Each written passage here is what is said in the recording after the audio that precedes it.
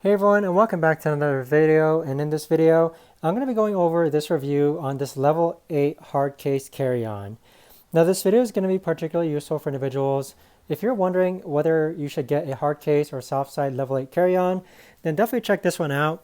This is what it looks like from here. And so it's like any other hard case. This one is more weatherproof. It also looks really nice compared to soft side carry-ons. And with this though, you've got the built-in TSA lock. You've got a front portion cover as well.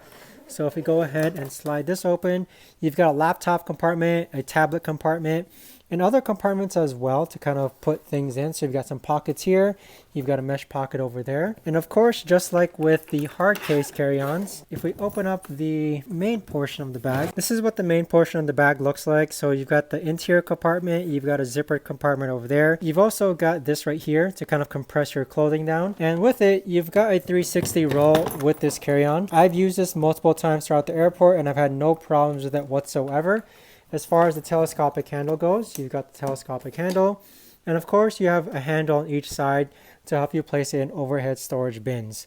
But overall, I'd say this right here has been one of my favorite carry-ons. I've had no problems with it whatsoever.